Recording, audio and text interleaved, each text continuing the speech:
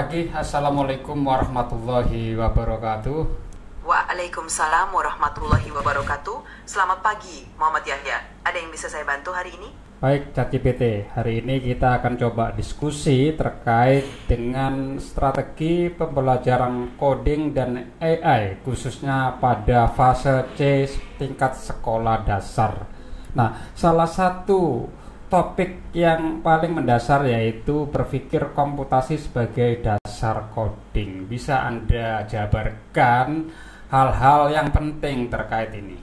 Berpikir komputasi adalah konsep dasar dalam pembelajaran coding, terutama di tingkat sekolah dasar.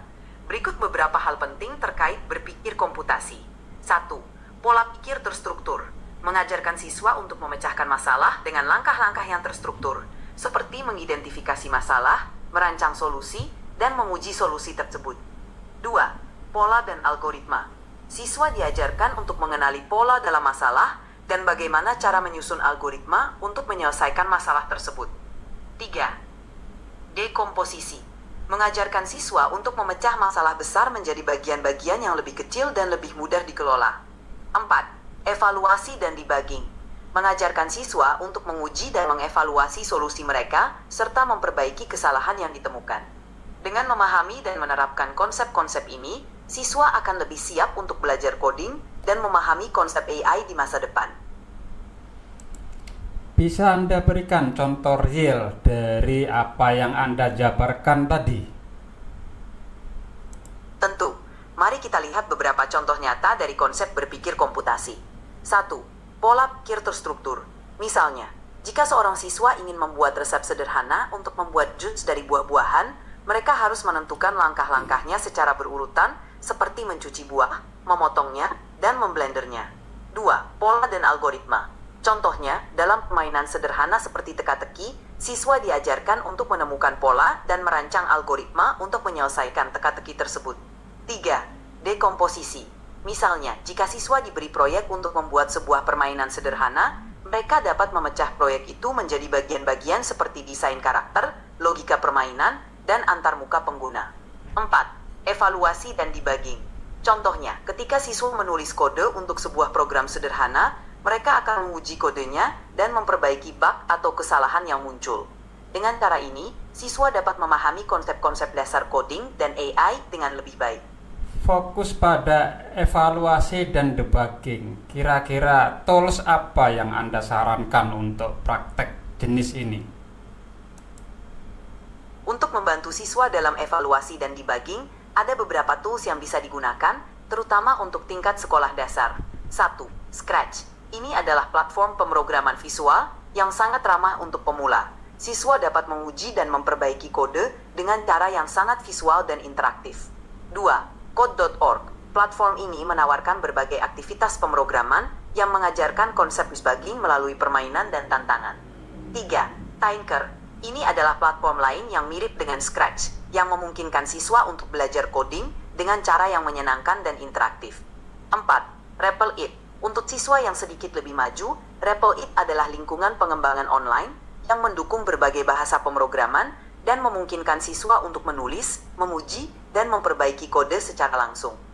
Dengan menggunakan tools ini, siswa dapat lebih mudah memahami proses evaluasi dan debugging dalam coding.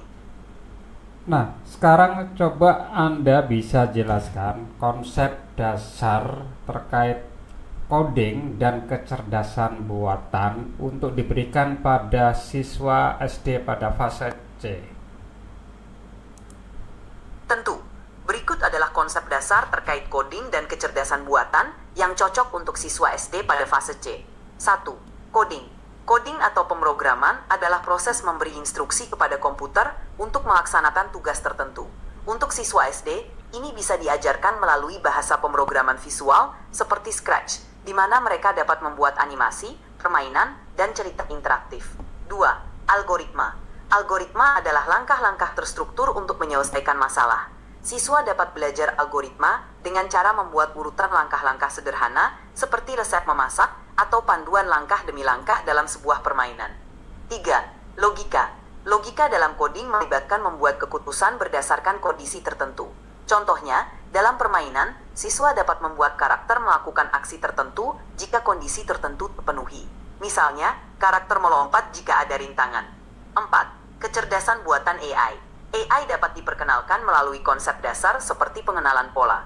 Contohnya, siswa dapat diajarkan bagaimana komputer dapat mengenali gambar atau suara berdasarkan pola yang telah dipelajari. Konsep-konsep ini dapat diajarkan dengan cara yang menyenangkan dan interaktif, sehingga siswa dapat memahami dasar-dasar coding dan AI dengan baik. Berbicara terkait pemanfaatan kecerdasan buatan atau kecerdasan artifisial untuk jenjang SD, kira-kira dalam hal apa ini bisa kita ajarkan ke mereka? Kecerdasan buatan AI bisa diajarkan kepada siswa SD dengan cara yang sederhana dan menyenangkan. Berikut beberapa cara untuk memperkenalkan AI kepada mereka. 1. Pengenalan pola. Ajarkan siswa tentang bagaimana komputer dapat mengenali pola, seperti mengenali bentuk atau warna dalam gambar. Contohnya, gunakan aplikasi yang memungkinkan mereka untuk mengklasifikasikan gambar hewan atau buah berdasarkan fitur tertentu. 2.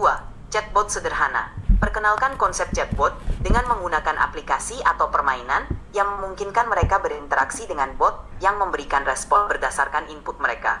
3. Voice Assistant. Jelaskan bagaimana asisten suara seperti Siri atau Google Assistant bekerja. Siswa bisa belajar tentang bagaimana mereka dapat memberikan perintah suara dan mendapatkan respon. 4. Permainan edukatif berbasis AI. Gunakan permainan yang menggunakan AI untuk menyesuaikan tantangan berdasarkan kemampuan siswa, sehingga mereka dapat belajar dengan cara yang dipersonalisasi. Dengan memperkenalkan AI melalui aktivitas ini, siswa dapat memahami konsep dasar AI dengan cara yang menyenangkan dan relevan untuk mereka. Bisa Anda berikan contoh bentuk permainan edukatif untuk memperkenalkan AI ini kepada siswa SD? Tentu. Berikut adalah contoh permainan edukatif yang dapat digunakan untuk memperkenalkan AI kepada siswa SD. 1. Robot petualang. Dalam permainan ini, siswa mengendalikan sebuah robot virtual yang harus menyelesaikan tantangan di berbagai level. Robot akan memberikan petunjuk berdasarkan suara atau gerakan yang dikenali, memperkenalkan konsep AI seperti pengenalan suara dan visi komputer. 2. Detektif pola. Permainan ini mengajak siswa untuk menjadi detektif yang memecahkan misteri dengan mengenali pola. Misalnya, mereka harus menemukan pola dalam serangkaian gambar atau suara untuk menemukan pencuri dalam permainan. 3. Asisten virtual. Siswa dapat berinteraksi dengan asisten virtual yang memberikan jawaban atas pertanyaan mereka atau membantu mereka menyelesaikan teka-teki. Ini memperkenalkan konsep AI dalam konteks percakapan dan respon. Permainan ini dapat dirancang dengan elemen AI sederhana yang menyenangkan, sehingga siswa dapat belajar konsep AI dengan cara yang interaktif dan mudah dipahami. Tools apa saja yang bisa digunakan untuk membuat permainan-permainan yang baru saja Anda jelaskan? Ada beberapa tools yang dapat digunakan untuk membuat permainan edukatif berbasis AI seperti yang saya jelaskan tadi. 1. Scratch. Scratch adalah platform pemrograman visual yang memungkinkan siswa untuk membuat permainan dan animasi interaktif. Dengan Scratch, siswa dapat membuat proyek yang melibatkan elemen AI sederhana seperti pengenalan suara atau pola. 2. Tinker. Tinker adalah platform pembelajaran coding yang menawarkan berbagai alat untuk membuat permainan edukatif. Tinker memiliki modul yang mengajarkan konsep AI dan memungkinkan siswa untuk membuat proyek interaktif. 3. Unity. Unity adalah platform pengembangan game yang lebih advance, namun masih bisa digunakan oleh siswa yang lebih tua atau memiliki minat khusus. Dengan Unity, siswa dapat membuat permainan yang lebih kompleks dengan elemen AI, seperti musuh yang dapat belajar dari perilaku pemain. 4. MIT App Inventor. Ini adalah alat yang memungkinkan siswa untuk membuat aplikasi dan permainan mobile. Dengan App Inventor, siswa dapat membuat aplikasi yang menggunakan AI sederhana seperti pengenalan suara atau gambar. Tools ini memungkinkan siswa untuk mengeksplorasi konsep AI dengan cara yang kreatif dan interaktif.